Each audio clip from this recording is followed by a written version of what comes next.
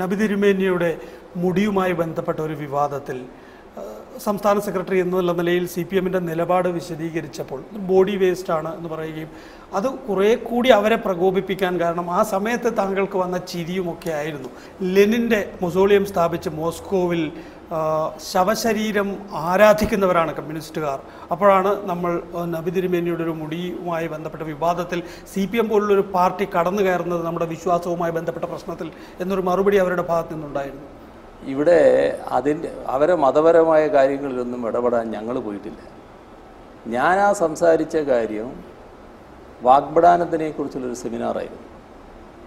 വാഗ്ബടാനന്ദൻ ഇത്തരത്തിലുള്ള എല്ലാ കാര്യങ്ങൾക്കും എതിരായി നിലകൊണ്ടതാണ്.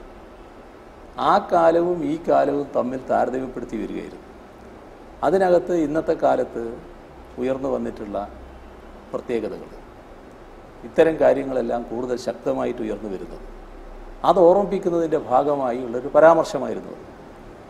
ആൾ ദൈവങ്ങളുണ്ട്, അന്ധവിശ്വാസങ്ങൾ, അനാചാരങ്ങൾ വർദ്ധിച്ചു വരുന്നു. നമ്മുടെ കേരളത്തിൽ ഒരു മുഖ്യമന്ത്രി ഒരു അമ്പലം കത്തിയപ്പോൾ അത് അത്രത്തോളം അന്ധവിശ്വാസം നശിച്ചു എന്ന് ഒരു കാലത്ത് പറയാൻ ധൈര്യം കാണിക്കും.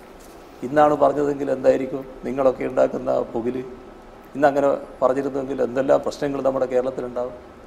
അപ്പോൾ അങ്ങനെയെല്ലാമുള്ള കാര്യങ്ങൾ പറഞ്ഞു വരുന്ന കൂട്ടത്തിൽ ഇപ്പോൾ മുടി കത്തുമെന്നും കത്തില്ല എന്നും പറഞ്ഞൊരു വിവാദം. ശാസ്ത്രീയമായി ഏത് മുടിയും കത്തും, ഇതാണ് ഞാൻ പറഞ്ഞ കാര്യം. അതിനപ്പുറം ഞാൻ പോയിട്ടില്ല.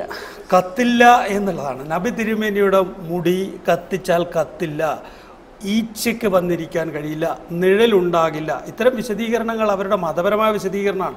അത് ശാസ്ത്രീയമായി നമുക്ക് അതിനെ ചോദ്യം ചെയ്യാം. പക്ഷേ അത് നമ്മുടെ മതവിശ്വാസത്തെ വ്രണപ്പെടുത്തുന്നു എന്നാണ് അവർക്ക് തോന്നുന്നത്.